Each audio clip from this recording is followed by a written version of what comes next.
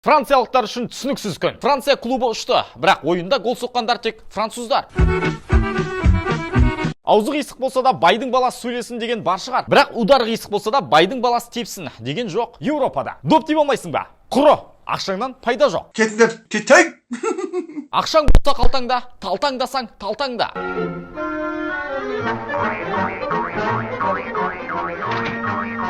Мбаппе тағы соқты. Претензия жоқ жалғыз адам. Элчидағы 53-ші матчындағы 33-ші гол. Гений.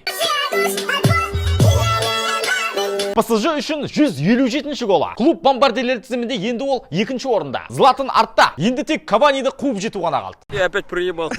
Жалпы есеп 2-0 болып тұрғанда Реал былай етті. Подожди, сейчас уломаем тебя. Алдымен тышқан Доннарума. Артық қылам деп тыртық қылды. Қақпа торын жыртық қылды. Ты мой пиздюк. Карим Бензема Элчида хет-трик жасаған ең егде ойыншы. 34 жас 80 күн. Бензема 18 күнтізбелік жыл қатарынан гол соққан. Элчи тарихындағы алғашқы ойыншы.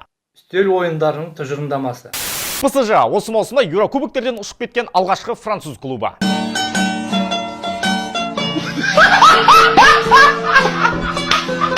Месси Реалға 2018-ден бері гол соға алмай келеді. Голсыз сериясы 9 матч. 8-ші алтын доп қайда?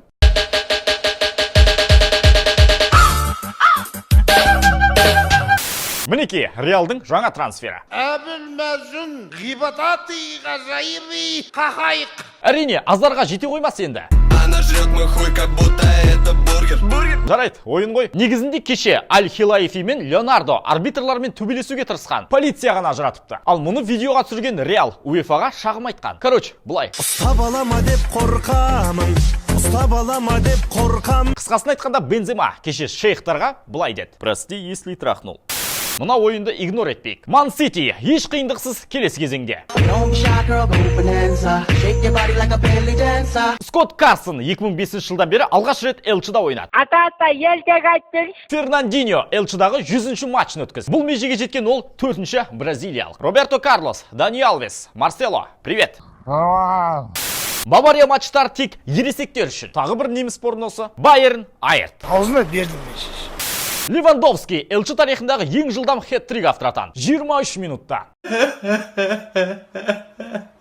Лева Алена артқа тастап 12 голмен бірінші орында бомбардирлер тізімінде. 7 маусым қатарынан ол 40+ гол соғып келеді. Хуйня. Бавария 30-ші матч қатарынан гол соғуда Элчида. Және Элчидағы бұл 7+ гол соққан 7-ші матчы. Кез келген қарсыласқа қарағанда мұнысы 2 есеге артық. Айтпақшы, общий счет 8-2. Олар традициядан жаңылмайды. Жаққасын, сән қыпты, ұзыннан құлайды. Байерн ширек финалға 20-шы рет шығып отыр. Бұл кезеңде олардан көбірек ойнаған клубты таппайсыз. Ливерпуль араға бір жыл салып өз алаңында алғаш рет жеңілді. Серия 28 матчқа созылды. Ал Интер Элчи плей-оффында 10 жылдан кейін алғаш рет гол соқты. Салах бұл матчта. Интер Ливерпульдің 15 матчқа созылған жеңіліссіз сериясына нүкте қойды. Ол жыл басынан басталған еді. Жоқ, бұл саясат. Осылайша ширек финалға өткендер Ливерпуль, Бавария, Ман Сити және Реал. Келесі аптада тағы 4-еуін анықтаймыз. Кімдер өтеді? Жазып кет ойыңда. Ендеше келесі кездескенше. Сау, чао. Кел бері, қолыңды созмаған еңбектен тербеле. Билесін көзгелер бұл битпен сөз берем. Ақталат маңдай тетерлеткен еңбектеп. Кел бері, қолыңды созмаған еңбектен тербеле. Билесін көзгелер бұл битпен сөз берем.